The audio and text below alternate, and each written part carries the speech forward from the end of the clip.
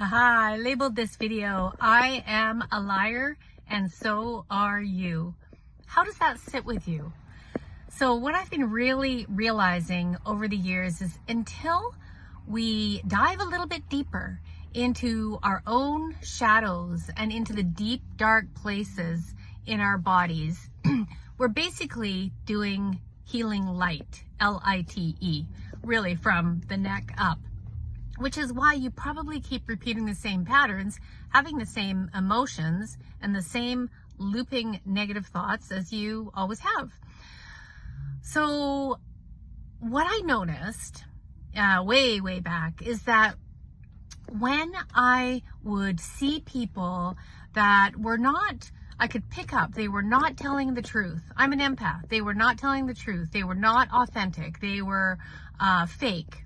That it would really irritate me, like it would really trigger me.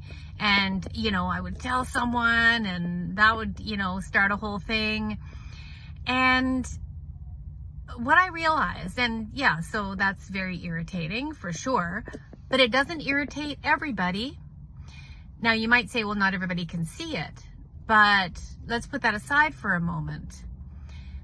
What I realized is it was a shadow. This was a shadow, that there were parts of my life where I'm not real. There were parts of my life where I was not showing up authentically. And have you ever done this? Oh, how are you? Oh, I'm fine. So my husband might ask me, how are you doing today? How was your day? Oh, it's fine. That's not even a real answer. And that doesn't mean that you have to go into things, but if it was a really crappy day and I'm saying fine, it actually is a lie. So when you look at where you really get drawn in, what really kind of ignites you in your body, you are very likely looking at a shadow part. Shadow parts are the parts of us, the emotions in us that we keep in the shadow, that we say, I'm not that because I'm this. Now, this stuff is learned probably before about the age of 7, where we learn what's acceptable, what's not acceptable.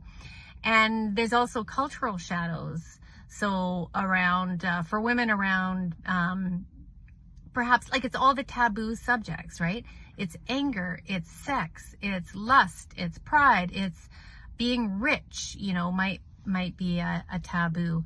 Whereas in shadow work, the beauty of it is that when you dive into these places, you see that you're probably a lot more like other people than the ways that you believe you are different.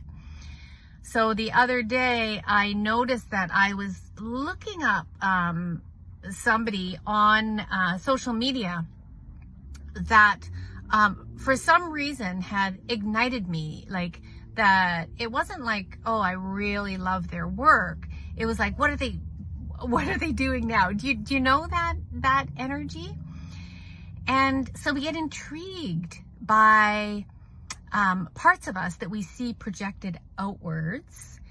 And it's often a reflection, just like this little reflective mirror right here, of what's going on inside of us.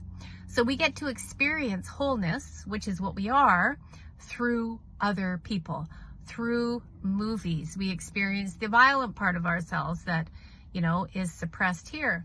When we say that, yes, I can be angry and explosive, we're actually far less likely. We neutralize the shadow so that we're less likely to be repressing it, creating illness, or expressing it and in destroying yourself or the other people. So the beauty of shadow work is that when you open up to all these parts that you've been told are bad, you don't become them, but you feel a sense of peace and aliveness and wholeness, and you no longer worry because you know that you're the one in charge, and you know that you don't always get it right, and you know that there's a sense of so much freedom because there's no parts to hide. And when there's no parts to hide, you are real. This is the focus of my work. It's the focus of an upcoming course that I can't wait to teach you. And because my mission, my vision is a world where we can all be authentic and real and free. Because when we're all in those places, then we have no need to hurt or destroy other people. All right, so I am a liar, and you probably are too. Let me know, what are your shadows? Where do you tell little lies?